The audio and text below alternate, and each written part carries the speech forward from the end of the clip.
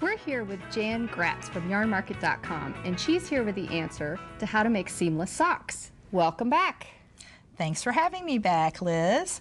Well, we are going to look at the seamless sock, and we're going to be finishing it by grafting the toe together. And this is sort of a sock for the Jolly Blue Giant. It's to use a little bit larger scale, chunky yarn, and also a contrasting color of the same yarn to do the actual grafting. Also, it's called the Kitchener stitch. You may be more familiar with it by that name. And basically, what we're doing is we're doing it in pairs. The setup stitches are different than the ones in the main body of it, and I've got 6 on each needle. You want to keep track that you are not dropping any stitches or making any errors, because they're going to go in pairs. So we start off, and the first one, your yarn is coming from the back row, so we're going into the front row, and as if to purl.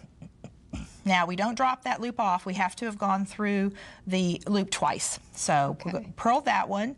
Now we're going to go in as if to knit in the back one. Now, those two are paired front to back. The next two are going to be paired side by side. All right? So I just knitted that one. Now I did a purl knit. Now I'm going to do a knit purl. All right? So I go into knit, as if to knit, and I've gone through it twice, right? So at this point, we're going to drop the loop. So we're starting to close this seam and weave it together, all right? And then we're going to go into this one as a purl stitch, but we leave it on. We've only gone through this one once, right? All right, so I purled that one. So now I'm going to go in the back, and I'm going to purl that first one. And it's been through twice, right? So now I can drop that one off.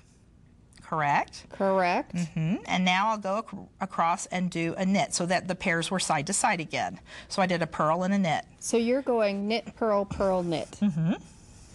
Okay. Now I can't drop that one off. Haven't been through it twice, correct? So I'm going to go back to the front. I just knitted, so that's what I'm going to do to start this pair. I'm going to knit it, and then purl, and then drop that one off and do the purl beside it. And you're using a curved needle, I noticed. I am. I like that better than the straight. It helps get under it a little bit better. Now I'm tightening it up as I go, and then now I'm ready to go back to the back row. And I'm on the purl. I'm going to do purl knit next. And I can drop it off, right? Because we've gone through twice. Gone through twice. Now I'm going to go back and do the knit, but I can't drop it off because I haven't done that one twice yet, right? So I've got that one set. Go through.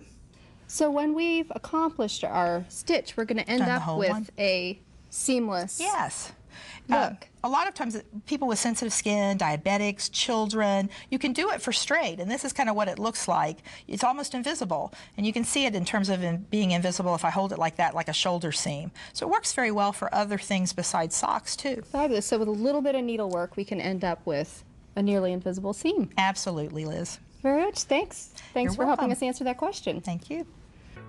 Knitting Daily. Make time for yarn every day.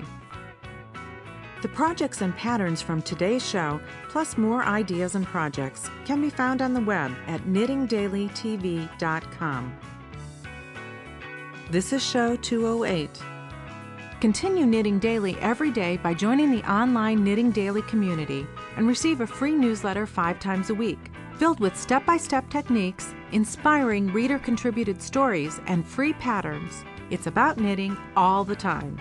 knittingdaily.com.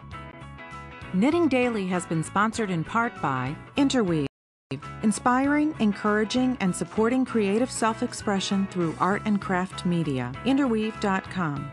Yarnmarket.com, a global resource for over 600 yarns plus books, patterns, and other knitting supplies. Yarnmarket.com.